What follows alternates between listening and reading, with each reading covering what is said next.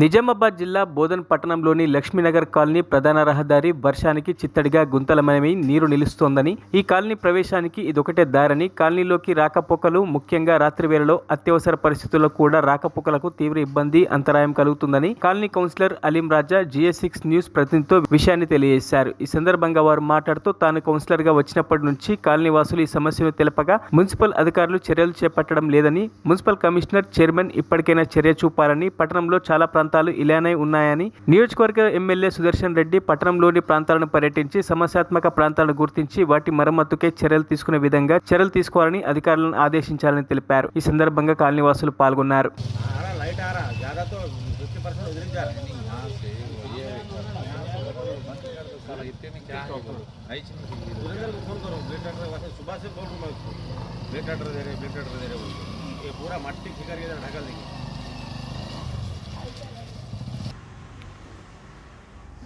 मैं बोधन ward number 12 Aleem रज़ा counsellor.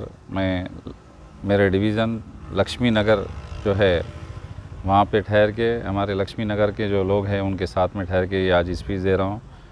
हम लोग मैं काउंसलर बने जब से रेगुलर ये लक्ष्मी नगर का इशू चल रहा सो है, और हमारे पास एक 50% रोड डाल के आगे की जो रोड है उसको यहाँ से जो है ना मतलब कंप्लीट नहीं करे।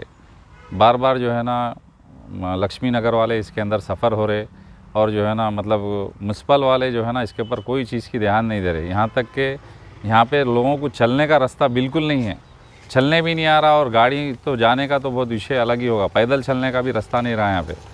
म्यूनसिपालिटी इसके ऊपर एक पैसे की तवज्जो नहीं दे रही। यहाँ हमारे लक्ष्मी नगर का हम म्यूनसिपल कमिश्नर से, चेयरमैन से और ख़ास तौर पे हमारे सुदर्शन रेड्डी साहब से हम लोग जैसो रिक्वेस्ट कर रहे हैं कि आप आपके जैसो हल्के में विज़िट करिए जहाँ पर ये प्रॉब्लम्स है।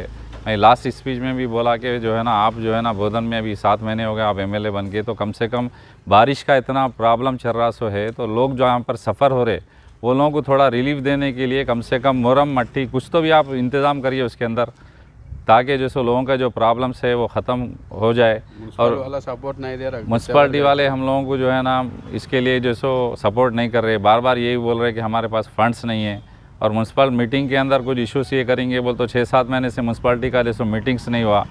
म्यूनसिपालिटी के लेबरों का हालात तो ये है कि काम करने के लिए ज़्यादा सीरियस बोले तो हमको म्यूनसिपालिटी वाले सैलरी नहीं दे रहे, 3 महीने से सैलरी पेंडिंग है बोल के बोल रहे। बोधन की म्यूनसिपालिटी का हालात बहुत जैसो ये है, तो थोड़ा हमारे MLA साहब को जैसो हम रिक्वेस्ट कर रहे हैं कि जो है सो आप जैसो थोड़े ये प्रॉब्लम्स जो है जहाँ पे पानी जाने का रास्ता नहीं है, लोगों को चलने का रास्ता नहीं है, अगर घर में किसी के कुछ हो गया, कुछ ये हुआ तो वो लोग चलेंगे कैसा रास्ते के अंदर? कोई बीमार हो गया, कोई हार्ट पेशेंट है, किसी को इमरजेंसी जाने का है, तो आदमी रास्ते से सफ़र कैसा होगा, चलेगा कैसा उसके अंदर, हॉस्पिटल तक जाएगा कैसा? अगर ऐसे रोड़ा रहेंगे आप कम से कम खाली डेवलपमेंट का तो आगे का इशू है, कम से कम खाली मुरम तो भी जैसे रोडों पे डालने का थोड़ा देखिए आप इसके अंदर। हमारी आपसे रिक्वेस्ट है आप थोड़ा ये प्रॉब्लम को थोड़ा सीरियस लेके जितना जल्दी हुआ उतना जल्दी कीजिए। ఏం చేయాలా దీని పరిస్థితి ఏంది? మేము ఇట్లా చచ్చిపోవాలనా? ఎవరు పట్టించుకోవట్లా దీని గురించి? గడ్డి మోపులు పడిపోయినాయి, అది తీసుకెళ్ళి ఆడేయాలా? ఎక్కడి నుంచో చేలోంచి కోసుకొచ్చి ఏంది దీని పరిస్థితి? పిల్లలు పోతానికి గ్యాస్ బండలు రావట్లే, వాటర్ రావట్లే, పడిపోతున్నారు, బ్యాగులు ఎట్ట కడుక్కుంటారు, ఎట్ట పోతారు లేడీసు? ఏంది ఇది పరిస్థితి? దీనికి పట్టించుకోరు ఎవరు?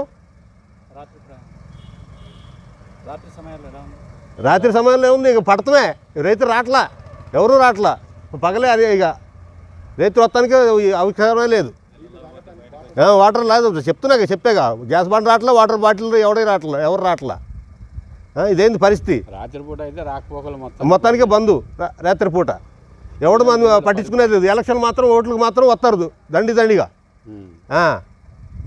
ఇదేనా మీ ప్రభుత్వాలు? మరిన్ని అప్డేట్స్ కోసం మా ఛానల్ని సబ్స్క్రైబ్ చేయండి.